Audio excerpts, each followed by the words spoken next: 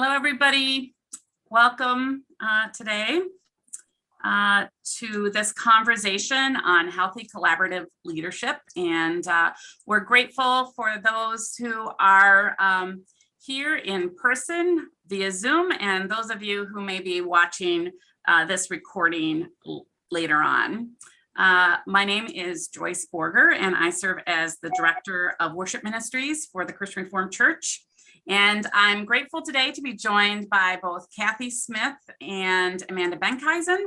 And Kathy and Amanda, why don't you just go ahead and introduce yourself? We'll start with Kathy today. Okay, thank you, Joyce. I'm Kathy Smith. I'm glad to be part of this conversation. I wear a few different hats. My main role is here at Calvin University, where I serve with the Calvin Institute of Christian Worship.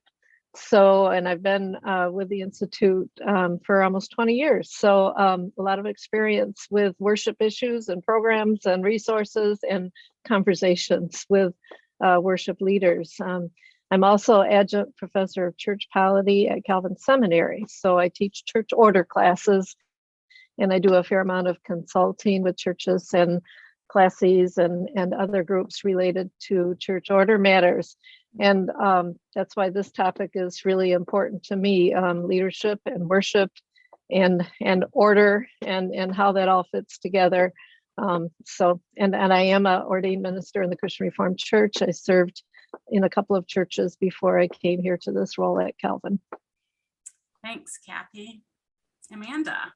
Yeah, so my name is Amanda Benckhuysen. I am the Director of Safe Church Ministry, and I have been in this role for about a year now. And prior to that, I taught at Calvin Seminary, and like Kathy, I'm an ordained pastor in the Christian Reformed Church, so I've served in a variety of different church settings and ministries.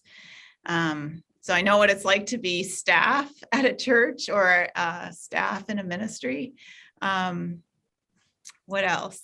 Well, I've been in this role for about a year, as I mentioned, so that has given me a different perspective into the church. I get calls often to my office about from churches when things aren't going very well. So I see a lot, and that's given me a lot of perspective on different ways in which perhaps we could do things better. So. Thank you. Glad to have you both here today and that you get to share your wisdom and knowledge with us as we explore this topic together.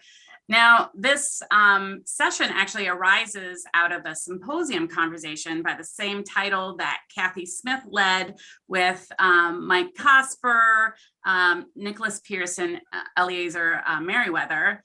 And so what we get to do is we get to glean from the wisdom that was there, add Kathy and Amanda's wisdom, and then apply it to more of the Christian Reformed Church context and the context that we find ourselves in right now.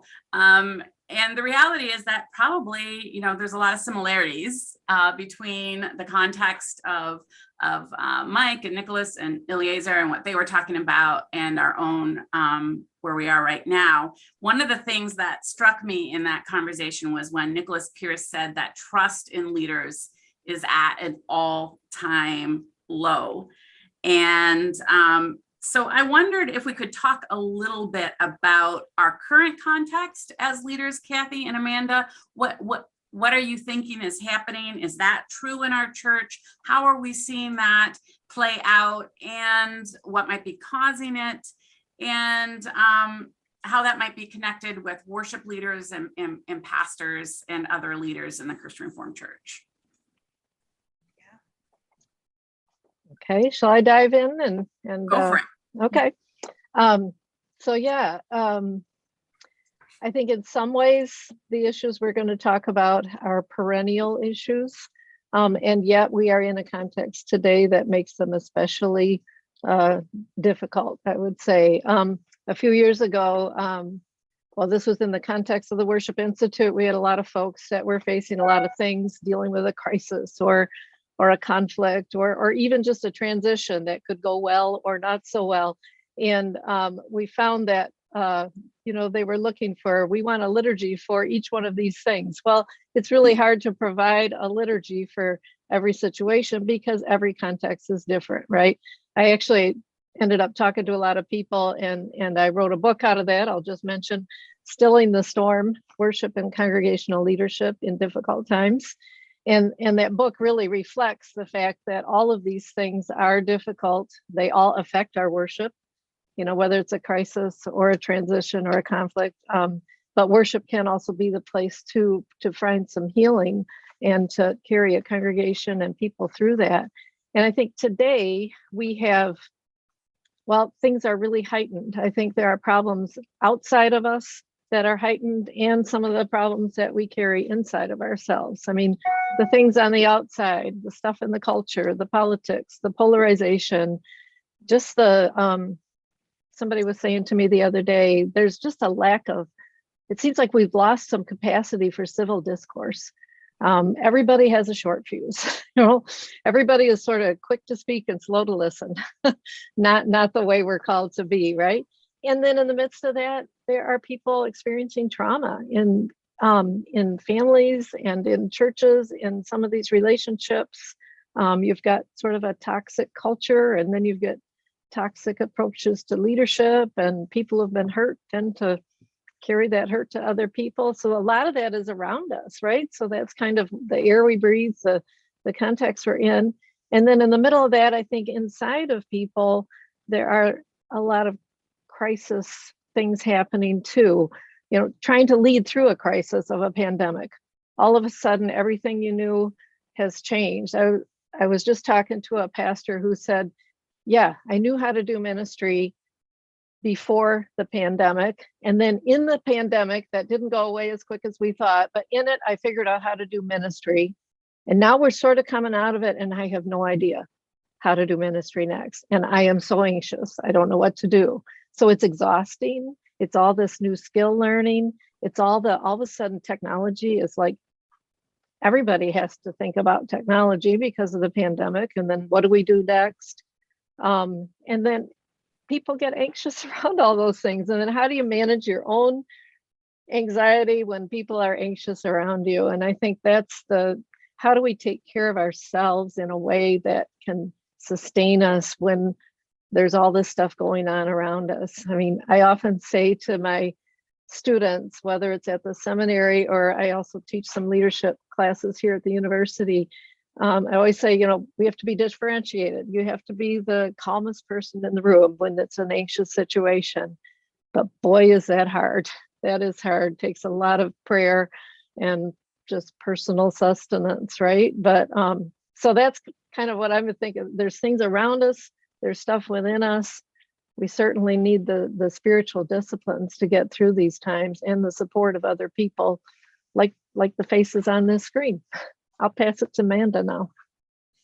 Yeah, thanks. Thanks for all of that, Kathy. I would agree with everything that you just said. I think pastors are navigating, trying to navigate congregations in ways that they've never, where there's landmines where there never were before. And so there's a kind of polarization in the culture that has entered into the churches, and it's almost like it's hard to avoid triggering people or triggering those landmines, even just in the ways that you give leadership in your congregation. And so I'm mindful of that, that it feels like people are on edge, both pastors and people in the congregation. And there's a kind of readiness to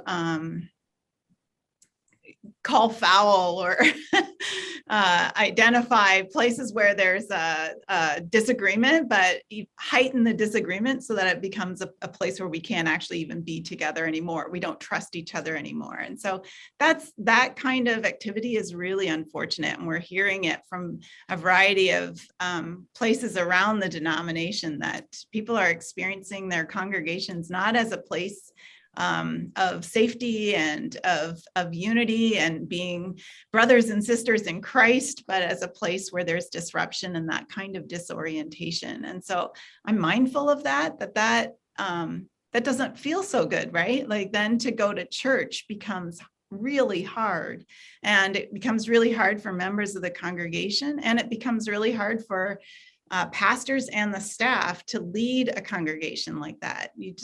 I remember one time at the beginning of the pandemic, I was asked to lead a congregational prayer, for instance. And I got up and I prayed about the racism in our country, in the US. And I did that because the week prior there had been an incident, and it felt important that we ask Jesus to bring healing to our nation. And afterwards, someone commented that I was praying politically. And I was a bit taken aback by something that I thought was well within the gospel, to be accused that I had been praying politically, and that this person thought this was inappropriate. And so I was both stunned and saddened by the fact that this person was not blessed by the prayer, but put off by the prayer. And so just, I think it's a very hard place that we find ourselves in today. Yeah, so I'm hoping we can talk about, well, what do we do about that? How do we sort of handle this place that we find ourselves in today as pastors and ministry leaders and worship leaders and staff? So, right. So it's important for us to acknowledge our context, right, as being one where there is that heightened reaction, right? So as we're leading staff, it might be that, as worship leaders, we're seeing that in our congregation, right? And so needed to respond appropriately. And yeah, I hope we'll dig into some possible, answers or postures that would be helpful. The other part of the conversation that happened with the symposium had to do with what I think in the CRC we call abuse of power. They didn't necessarily use that term, but Amanda, you've been highly involved with that. Could you say a little bit about abuse of power, both how do worship leaders in this context need to be careful about abusing our own power, whether we're ordained or not, but also, and then let's flip it and say, how do we protect ourselves and be aware of ways in which we also might be the recipients of that. Yeah. I know that could be a whole, and it is a whole entire webinar in and of itself, but I think that that's another context that we need to be aware of in our conversation today. Yeah. Yeah. So I think, at least for me, when I went through seminary, we didn't talk a lot about power, that the power that you have as someone who has been commissioned to a position in the church, either as an ordained minister or as an elder or deacon or as a staff person.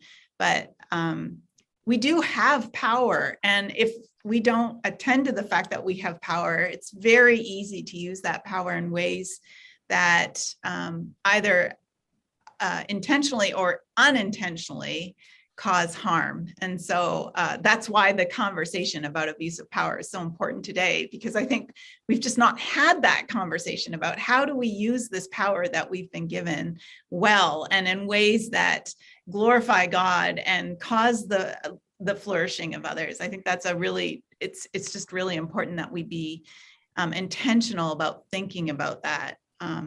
So if we have power, then the question becomes, and if we acknowledge that we have power, and every ministry leader has power, every worship leader has power. I mean, that's an enormous amount of power you have, that you go up Sunday after Sunday to give leadership to the congregation in terms of worship. You determine what's going to be sung, what's going to be prayed. You determine the tone of the worship. I mean, it's you invite people into a space where you hope and pray that they encounter God there, right? So that's an enormous amount of power. And often in your leadership, you're instructing members of the congregation to do various things. And so just to be mindful of that power. And then the question to ask yourself in terms of how you're using that power is, am I exercising my power or in ways that serve the worship of the congregation, or am I exercising my power in ways that somehow serve me? So the question is, who is being served by the use of power? And if you do a lot of soul searching, you often find out there's some pretty mixed motives about the ways in which we use our power. I'm mindful of Saint Ignatius and the practice of self-examine, and I think we need to recover some of that at the end of every day, to sort of reflect on our interactions with others and the ways in which those of us, especially in ministry leadership, have used our power, and to reflect on who is being served by this thing that I did, or this word that I said, or this action that I took. Who was being served by that? Just to check yourself and make sure that you're leading in a way that puts the flourishing of others first. That's why you're exercising your power in that way, and that it's not about, bolstering your own reputation or serving your own needs, your own pride, or your own needs in whatever shape that may take. So I'm going to turn it over to Kathy. Yeah, I think that's all really, really helpful to recognize that the power that we have and how we use that appropriately or not. I think it's also something to think. So we're thinking the power we have as worship leaders or as pastors, the upfront folks, or the leading committees or whatever. But there's also the power dynamics within staff in a church. And sometimes we, as worship leader or even as a pastor, feel like others have more power. Maybe it's another person on a staff. Maybe it's even the congregation that is sort of overpowering us, or it's strong people who, we were talking about this toxic leadership culture. And yeah, you say the wrong thing in a sermon or a prayer, and it might be completely biblical, and in a different time and place, it would be received fine, but it brings all this pushback. And then you've got a different kind of power dynamic going, right? So I think there are ways that this, whether it's abuse of power or not, but whether you qualify it that way, but it comes at us from different ways. And I think it's also related to gender dynamics. And so it's something that we just have to be really aware of. I think humbly, we first look at ourselves. Am I using power appropriately with the people that I have influence on, or the way I lead my congregation? But I think we also have to look at, am I also being healthy in other relationships where there may be power misuse towards me? And maybe I need to be healthy there too, and not allow an unhealthy situation to continue, or be willing to speak up in ways that will bring more health to the situation, or the whole group, the whole staff, or whatever. So there are a lot of different ways to look at it. It's a really important topic. And like Amanda said, I think it's one that we haven't talked about very much until more recently, but it's something for a lot more conversation. So, what we've just started talking about, we could unpack each little aspect of it a whole lot more. But I think what we're saying is this is a very complex time and a difficult time to be a leader, both as we regulate our own selves, but also acknowledge that maybe some of the stuff that we're getting, the feedback we're getting, the reactions that we're getting from other people is also caused by the polarization and just the difficult context in which we find ourselves today. Thinking again about that conversation that you had, Kathy, one of the things I was actually pleasantly surprised about, and maybe I shouldn't have been, knowing that you were the moderator of the conversation, was that each one of your presenters talked a little bit about the importance of governance structure, polity, and having some sort of accountability. And I know that's big in the CRC, and sometimes we push against it and say, hey, you know, we've got too much of that. I just want to, do you want to reflect a little bit about that? Like, what is the healthy place for structure? And we can think of it in terms of, you know, we have the big church order and polity, but what about the structure in our own congregations, and maybe even structured guardrails in worship planning and stuff like that? Like, what is the place of that, and how do we navigate those structures in a healthy way? When do we identify when we need to push or not? Yeah, I don't know where you want to take that, but Yeah. I'll turn it over Well, to you. small topic. Right. Well, yeah, and we did get into polity in that conversation. And I think one thing to recognize that, you know, every tradition has different polities, and some are very directive, right? And some are much less directive. And I would argue that the more independent churches with very little polity are actually, they can be more dangerous places because of that, because you don't have the structure. In the CRC, we have a lot of mutual accountability, you know, between pastors and elders and deacons and with staff people. And, you know, there's a lot of accountability that goes different ways. And so I think that's a very good thing. But you have to manage those relationships in healthy ways. And you do have to have a structure that follows, I would, you know, argue that follows our overall polity, but that also fits the local context, right? What in the webinar, or the conversation that we had, I think it was Eliezer Merriweather who talked about polity being like a cake pan. You know, you pour the batter in the cake pan and the pan gives shape to it and keeps it in place. And I thought that was a good metaphor, because yeah, you don't want the cake to go all over. It's not going to do well in the oven without a pan. And I think that's a helpful way to think of it. So how can we put some structures in place?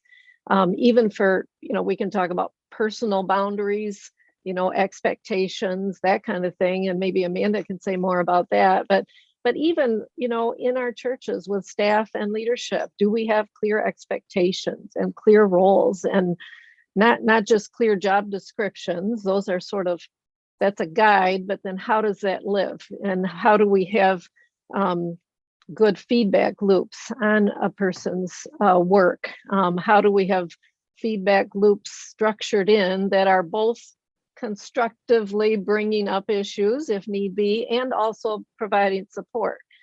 So I think those are really important structures for us personally. Group structures. If you're a pastor, you're part of the council. If you're a worship leader, you may or may not be.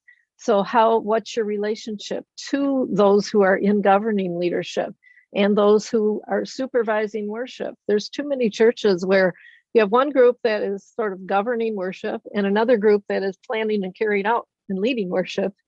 And if they aren't talking together, you know, sometimes you get some slippage. So creating a structure where there's some integration there, and also so that those in leadership can offer that support. You know how it is for worship leaders. You know, after church, anybody who has a comment, often negative, many positive, but often negative, they go straight to you and say that, or they go straight to an elder, and then the elder brings it to you. You know, how do you create a way for the council, the people in charge, to understand that receiving criticism, we have a process for that. We don't immediately bring every dart and arrow to the worship leader or to the pastor and then, you know, just let them figure it out. No, we actually have to absorb that, decide whether or not to bring it, decide how to bring it, you know, and even have a structured process to think that through and train leaders how to support your leaders, because that criticism, especially in these times, I mean, that's so hard. I mean, it can ruin not just your Monday, but your Tuesday, Wednesday, Thursday, and it keeps going, right? That's really hard stuff. So having a structure in your leadership that supports the leaders, if there's valid stuff, yes, you know, have a way to bring that to them. But don't bring every bit of noise that's just going to discourage people. So those are, more like within the church structures. And then I think beyond that, just another thing you mentioned, Joyce, is, understanding the overall structure. It's always good to know, how do you fit into the local church? How does your church fit into your regional group? How does it fit into the denomination? How does that work?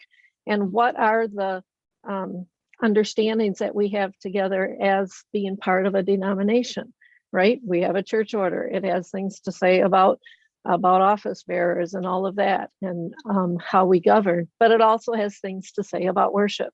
It isn't terribly prescriptive, but there are things, right? And there are things in there about sacraments and how those should go, and they're based on a theology that is grounded in our confession. So those are important things to understand, and that give, it's a different kind of structure. It's kind of like a theological structure, or just understanding what is the framework within which you are planning worship. And then sometimes, when those darts and arrows come, you can say, well, actually, we do this because, and then not just, well, sometimes you may because of scripture saying this, but also because this is how we think about worship. We've had denominational reports on worship, and you could even go read those. I'll give you the years, 1968 and 1997, and they're both good reports, but they give guidance for how we think about worship. Not very specific, you must do it this way, but guidance. And then, that gives you a better way to answer folks who are wondering about how worship goes. But certainly, how do we administer communion or not, and who does it, and who may take it? Same thing with baptism, who is included or not, or how can they be brought into it? How is that administered? I think all of those kinds of understanding how those provisions go and how they can be implemented, and even understanding, when we have pastoral situations where we together, as a leadership group in the church, have to sort out what is the best way to address this situation. So it's like understanding the rules so that you can be flexible when you need to, in order to care for people well. My predecessor, Henry D. Moore, always said the church order should serve the church, not the other way around, right? And so we have to think about people first and caring for people within the guidance that is there, that is really the wisdom of the generations before us passed down. And that creates a structure, I would argue, within to lead and within to care for people as well as we can. I'll stop there for now. Amanda, what would you add? Yeah, I think that's really good. I've actually been a little surprised at how much in my role I have had to dig into the church order, and how many conversations Kathy and I have had. So it's actually a happy part of my job to be able to connect with Kathy around these things. But it is true that structure can be your friend, right? And I think particularly for worship staff, the truth of the matter is most churches are not very good employers.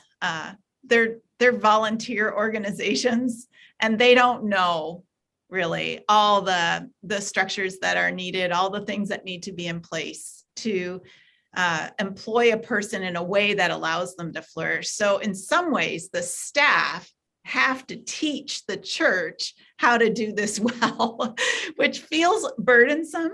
But honestly, I actually think churches are probably open to it. There's just a kind of ignorance about it. People who serve on council are there because they have gifts, spiritual gifts, and other kinds of gifts, but tend not to be, they tend not to have HR gifts, or may not have HR gifts, human resource gifts. So things like, for worship staff, having a clear understanding of your reporting structure. Who do you report to?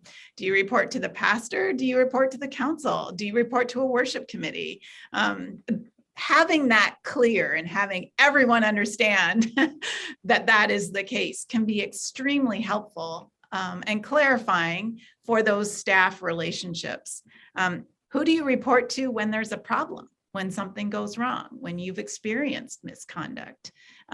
It's really important that the council identify the right person or the right place to take a complaint, right? And you can help them sort of recognize that that needs to be the case, because we live in a day and age where we know misconduct happens, right? And things go wrong. So there needs to be a place to report a complaint, because otherwise it just doesn't get dealt with. It just gets swept under the rug, and that serves actually nobody, right?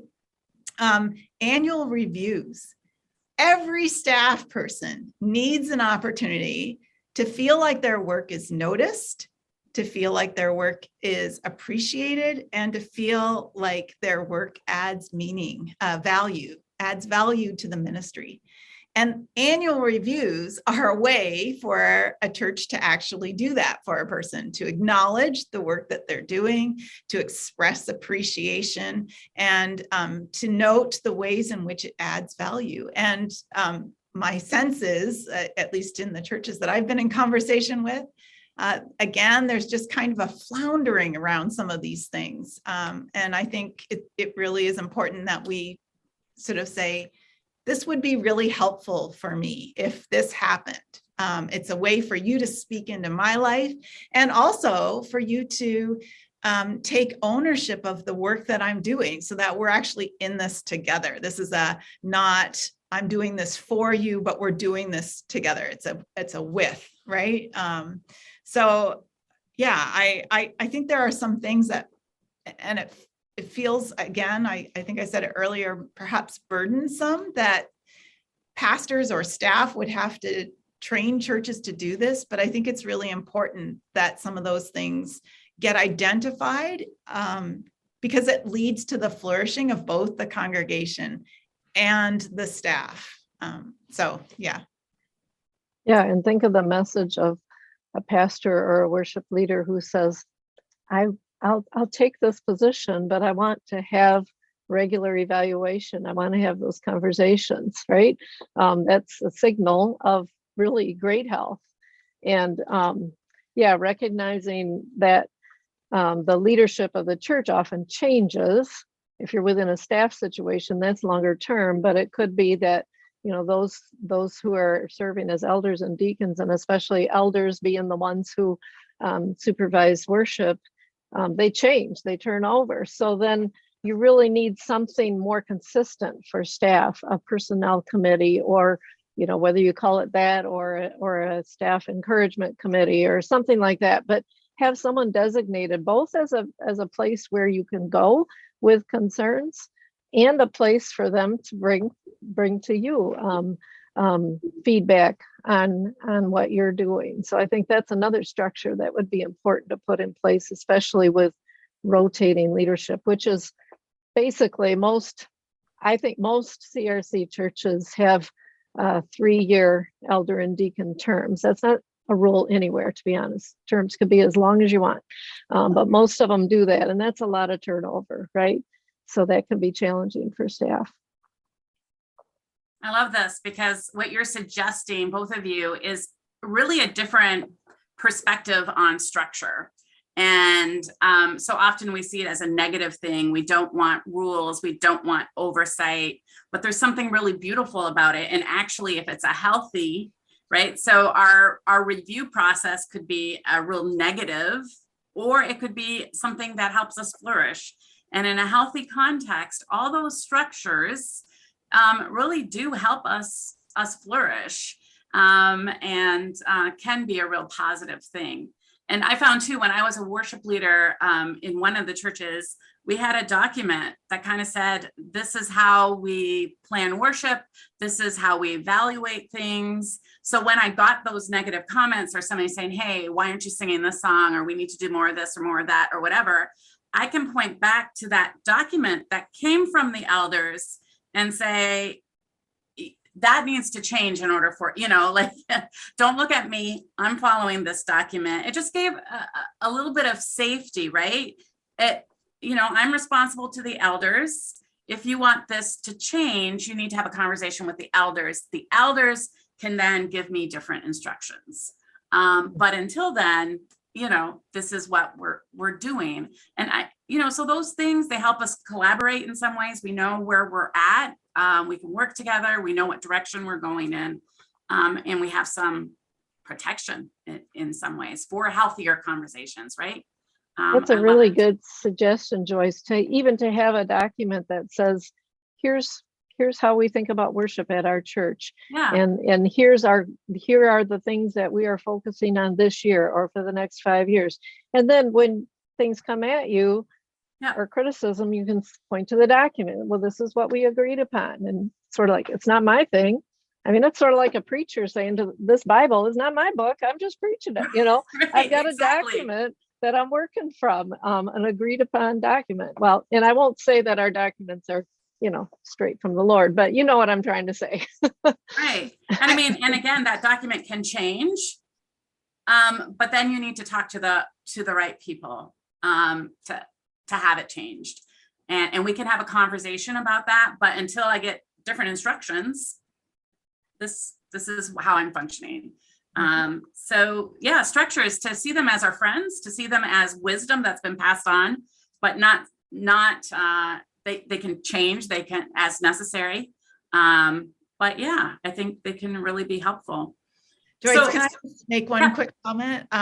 One shift that I think is possibly taking place in churches that I think is really helpful and healthy is that the council, instead of seeing it as representing the congregation to the staff, is starting to see itself as representing the staff to the congregation. And so standing with the staff as leadership of the church. And that actually also can be really helpful and powerful. If the council shares with the staff a vision, whether it be for worship or the ministry of the church, and that then the council or the leadership of the church stands up for the staff because you're all working together toward a shared vision.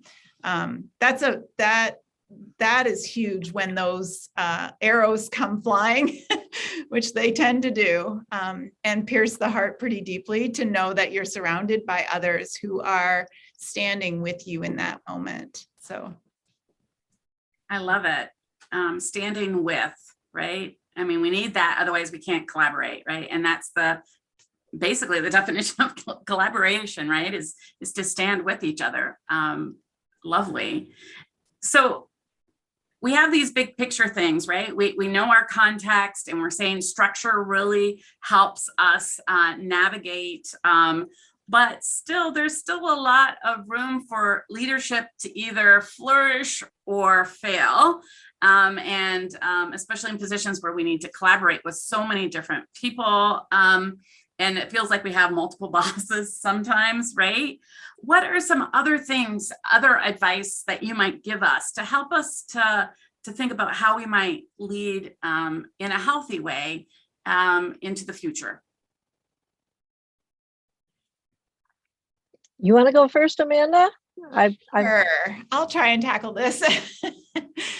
Well, healthy leadership comes from healthy leaders. And so I think it's really important, especially, in this time when everything feels hard. At least it does for me. I suspect it feels hard for others too, for all kinds of reasons, right? COVID and the political polarization of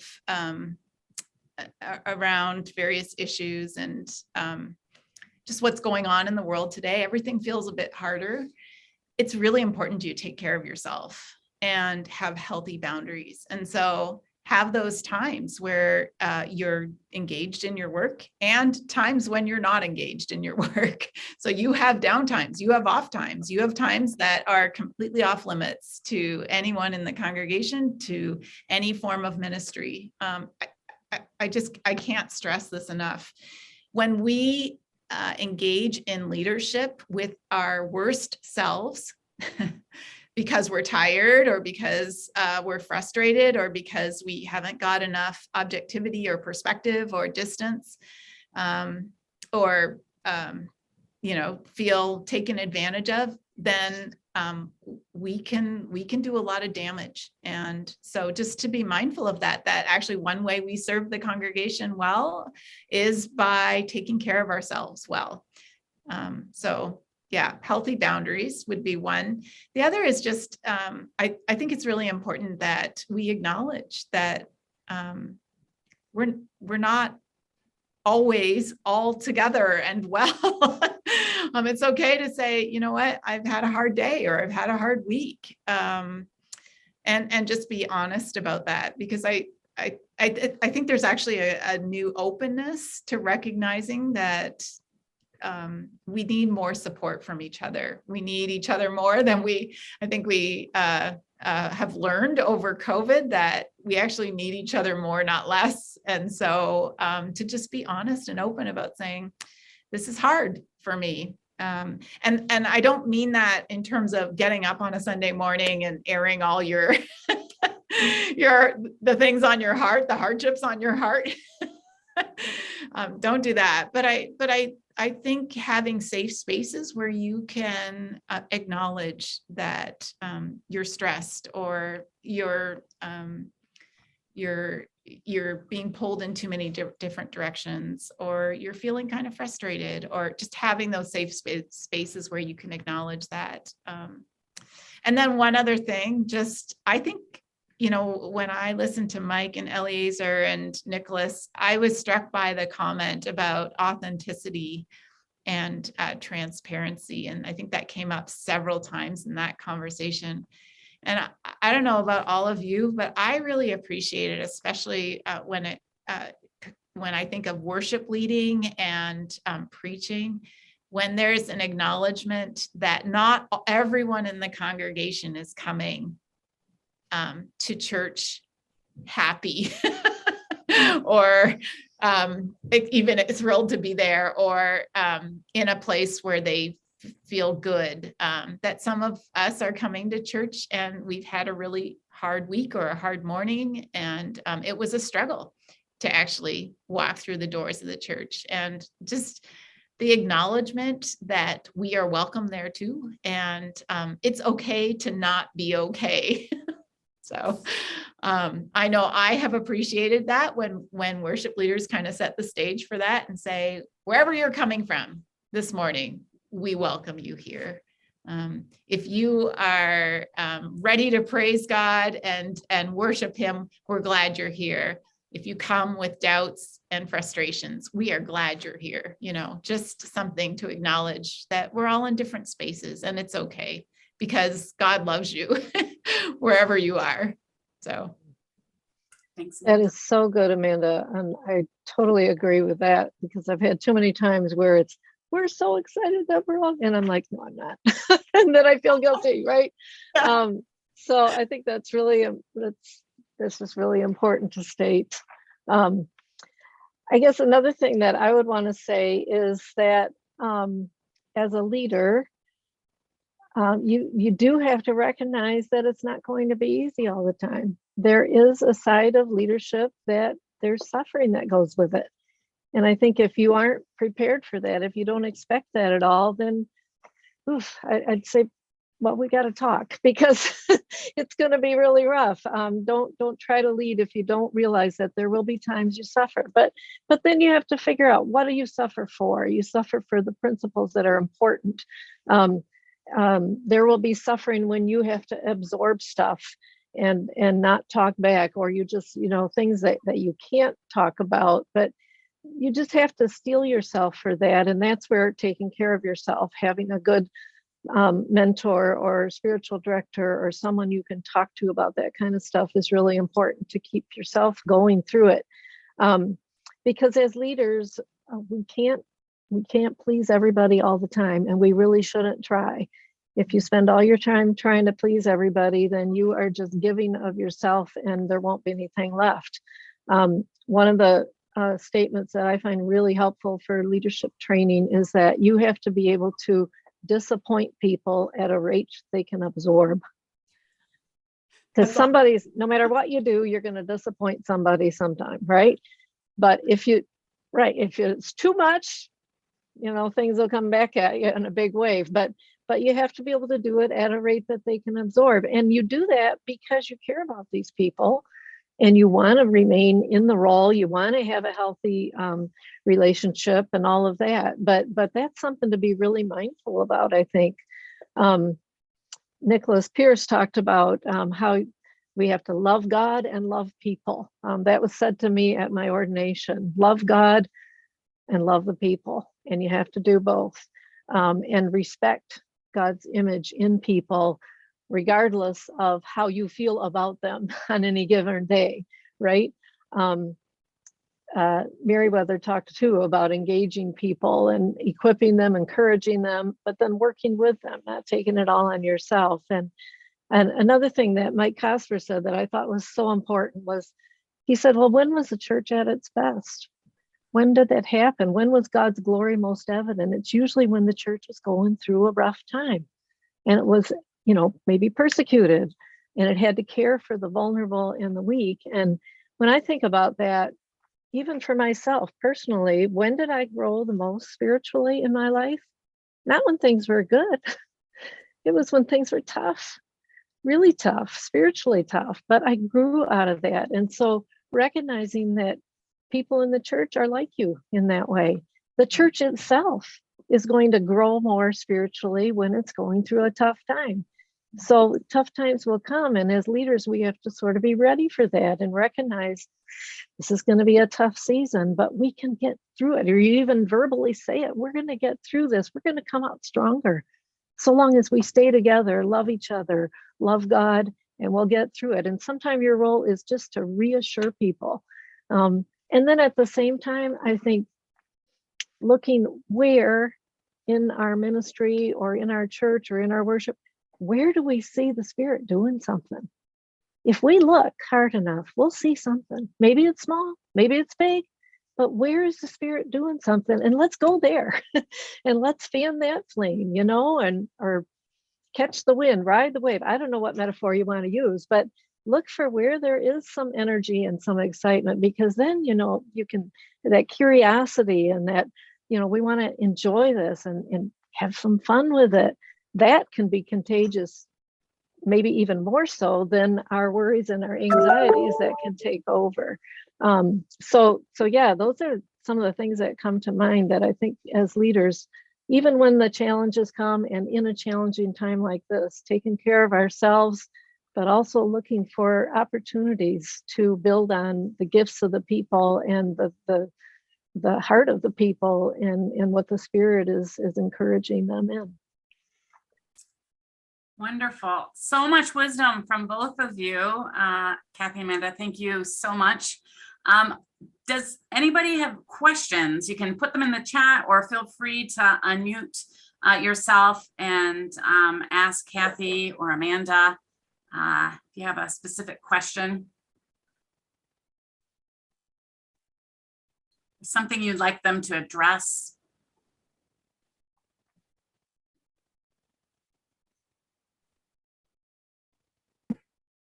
Sure, I can go first. Perhaps, Kathy, this is more of like a polity question. We were talking about it in the chat. Just wondering if you could reflect a little more on the challenges of the 3-year terms of our councils and how that affects staff who are there for a lot more than 3 years. But yet there's this, hierarchy around council directed churches. So councils make the decisions, yet staff tend to have more experience and longevity in the congregation and history and all of that. I'm finding myself now in a place where I'm like 8.5 years in, and now I'm the person on council with the most experience. I've been on council the longest, and yet that's not always recognized by council members. So I don't know if either of you have thoughts on that. Well, one thought has to do with orientation and training. When you have new people coming in, do you have a way to help them understand, especially the area of worship, if that's your area, and if you have any documents or whatever, or to help them even understand what their role is. I think that's really important when you have turnover. I think it's really important to be connected with the leaders. Now, I don't know, some of you probably as worship leaders are part of the council and others are not.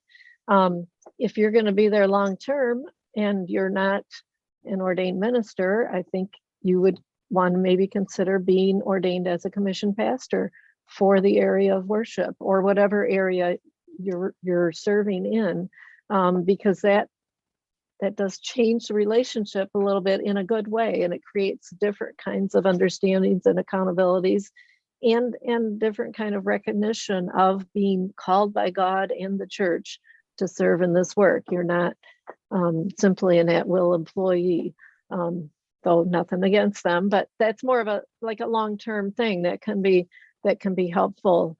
And like I said before, I think having some systems or some structures that will support you that don't depend on people who are going to be leaving soon. Or maybe even having a structure, even if the people rotate in and out, you still have the structure that there is there to help and serve you. I don't know, Amanda, do you have more thoughts about that? No, I really appreciate your comment about training. I can see how, and I know for my husband, this is the case too, you know, every couple of years, it feels like he's getting a new boss. And that there's some fear and trepidation that comes with that, because you just don't know what that's going to end up looking like. Or, you know, it's not that you don't trust the people, it's sort of the unknown of what the council, the tone of the council is going to be like. And so I'm mindful of that is a unique hardship for ministry staff. So I would agree with Kathy on the training, and as much as you can build into the process of onboarding council members, some kind of orientation to this is what we've been doing, and this is what the staff have been working on, and these are the things we've committed to, and let's go out for lunch so we can get to know each other. That can be really helpful, because basically you're having to reestablish a relationship of trust with those who are ultimately empowered to make decisions for the sake of the church every couple of years. And, you know, I think you just need to see it as part of your job. Honestly, this is part of the work that I have been called to do. And for some people that will be met with great joy, and for others it will feel exhausting. But I just think it's a reality of being in ministry staff today. So yeah. There is also, I mean, we're going to think creatively, you could even think about that term structure. It isn't a rule 3 years. I know some churches that have a deacon who is elected for a 5-year term or a 6-year term, because that person is going to have a specific ministry, the food pantry, or, you know, community development or something like that. It needs to be longer term. Well, what about a worship elder that is intentionally longer than 3 years to give that kind of consistency? It's completely within our polity to do something like that. And if we make one person a longer term, doesn't mean they all have to be. That would probably upset the apple cart too much, but there are, you know, other ways to do this that might be helpful. Right. So somebody asked a question here a little bit more about feedback and accountability loop for the pastor and the staff.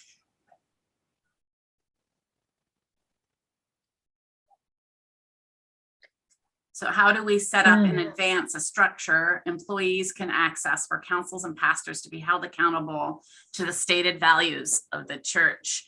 And this gets at, you know, conversations Amanda and I have had too over the past of, you know, ordained pastors. There's in our polity, in our structure of a denomination, there are very clear areas of communication. And if you have an issue with your council, you have your council visitors, there's classes, there's regional pastors, but employees, where do you go? And what is that feedback loop? And what do you do? Yeah. And I ask that just even as, you know, if you're a pastor setting up something, just so that not even just, helps the pastor be held accountable if it's set up in advance, Well, one thing to say, and Amanda already said it, the importance of an annual review, but I think that that's not sufficient, right? So anytime, if you have an annual review and you're going to bring a concern to somebody at their annual review, my policy is that they should know about this concern before you get to the annual review. If there are things, you should talk about them. Annual review is time to review how has it gone since we talked about that, right? So you need to have times that you can check in more regularly. And personally, I think it's better to do that personally. Yes, you can write reports and, anybody can fill up a page with bullets of everything you did. But having a personal conversation about how is it really going? How is it going this year, this month? What are the challenges? What are you happy about? What has been successful, as well as what has been challenging? Where do you feel like you haven't measured up? What are you hearing? What's that? And how can we support you? Exactly. Yeah. So to have that kind of opportunity, and now the question, who should do the annual review? Well, that kind of depends on your structure. Who are you accountable to, right? If you're ordained as an elder or a deacon or a commissioned pastor or as a minister, then you're ultimately accountable to the council, but they may delegate that authority to a personnel team or some kind of a committee. Seems to me, personally, yeah, you may have one person who is your supervisor, especially in smaller churches, but it seems to me it's better to have a small group that you can go to, just because it's healthier to have more people.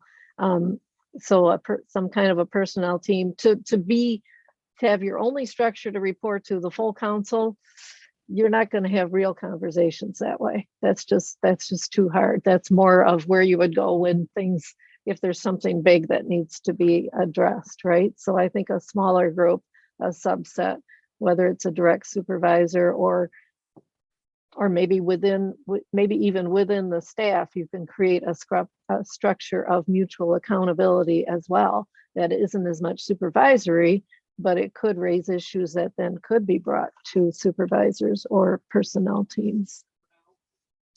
Yeah, I think the code of conduct might be helpful here. It won't be helpful in terms of vision or mission of the church, but it'll be helpful in terms of conduct as just a way of articulating the values and expectations that we as a denomination covenant together around in terms of what we expect for office bearers in terms of their behavior, the way they conduct themselves. And if you don't know about the code of conduct, it's on our website.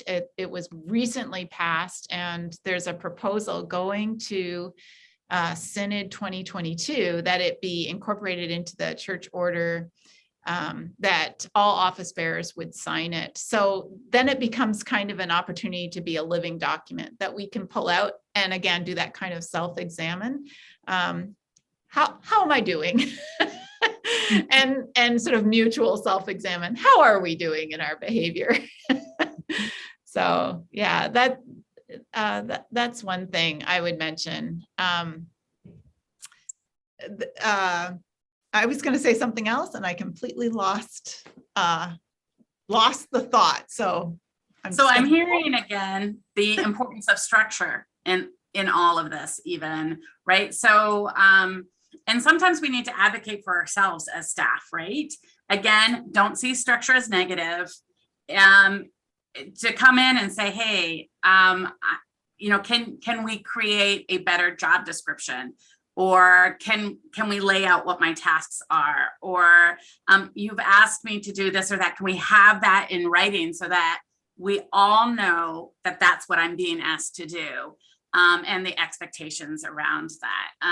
I think sometimes we need to advocate for that for ourselves as staff because it isn't a part of our system as of yet. And so learning those things from each other. And I will give a shout out to my colleagues in Pastor Church Resources, because they do have some good resources on this. So it's labeled Pastor Church Resources, but I think they have some great resources that would apply to unordained staff as well. So it's worth checking out their website because they do have things that relate to annual reviews or checking in how to structure a council, trainings and of council members and all of that. So, yeah. Well, thank you so much. Our time has passed already. Like, I said early on, there's so many things we could delve into in more detail. But you know what? We have great people within our denomination. Kathy, Amanda's office, Pastor Church Resources, Worship Ministries. We're all here as references to help you to answer questions, to find answers for you. But you know each other as well. Angela just noted that she's on the governance for her church. So, she might be somebody who you might want to talk to and utilize each other and the wisdom that's out and amongst you all as well. Thank you so much for this conversation. Kathy and Amanda for sharing your wisdom, and the rest of you for being a part of the conversation. Blessings to you. Thank you, Joyce, for leading us, and thanks to all who are here. Yeah, it was great to be with you all today. Thanks, Joyce. Thank you. Take care.